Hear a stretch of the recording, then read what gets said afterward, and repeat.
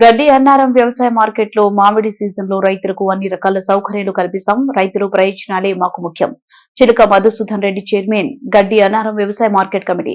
వ్యవసాయ market committee లో బాగా ఈ రోజు బారసింగారం పళ్ళ మార్కెట్ లో సీజనల్ సమస్య మీద రివ్యూ మీటింగ్ ఏర్పాటు చేసుకోవడం జరిగింది.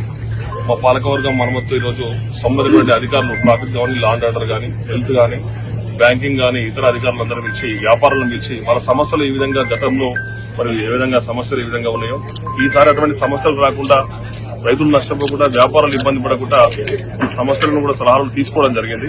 ముఖ్యంగా సమస్యలు చాలా ఉన్నాయి. ఎందుకంటే ఈ సీజన్ వేసవి సీజన్ కాబట్టి నీటి ఎద్దడి విషయంలో కావచ్చు, త్రాగునీరు విషయంలో కానీ, అదేవిధంగా రోడ్స్ ముఖ్యంగా, ఎందుకంటే చాలా వాహనాలు వస్తూ ఉంటాయి. రోడ్స్ విషయంలో కావచ్చు, ట్రాఫిక్ విషయంలో కావచ్చు, దొంగతనాలు జరుగుతూ ఉంటాయి, లా అండ్ ఆర్డర్ విషయంలో కావచ్చు.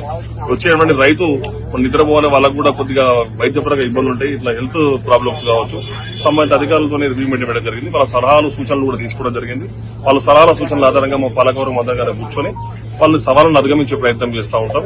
ఎందుకంటే సీజన్ లో చాలా మటుకు గత సీజన్ చూస్తే 1,21,000 మెట్రిక్ టన్నుల మ్యాంగో మామిడి దిగుబడి రావడం జరిగింది. ఈసారి అది అధిగమించి 1,50,000 మెట్రిక్ టన్నులు రావచ్చు.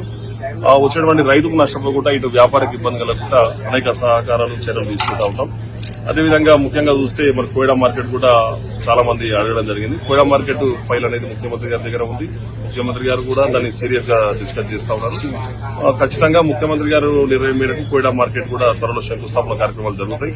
అదేవిధంగా సిబ్బంది కూడా కింది స్థాయిలో చాలా జాగ్రత్తగా ఉండాలి. ఎందుకంటే పెద్ద సీజన్, మార్కెట్ సీజన్ కాబట్టి ఈసారి ఎక్కువగా రాబడి వచ్చే అవకాశం ఉంటుంది. కాబట్టి అందరితో కలుపుకుని మీకు కుటుంబ సభ్యుల యొక్క మార్కెట్ పనిచేయడం ఉద్దేశంతో మేము ఈ రోజు ఒక మీటింగ్ పెట్టడం జరిగింది.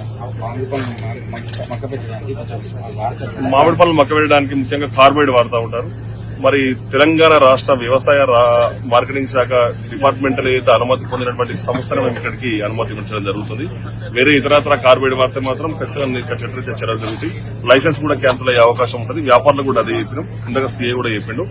ఏదైతే రాష్ట్ర ప్రభుత్వం అనుమతి పొందినటువంటి ఫుడ్ కార్పొరేషన్ ఆఫ్ ఇండియా ఏదైతే ఉన్నదో వాళ్ళ అనుమతి పొందిన సంస్థను ఇక్కడికి రావడం జరుగుతుంది. అది కూడా వాళ్ళు చెప్పిన ప్రకారం, మన సూచన ప్రకారం అది వేయాలి.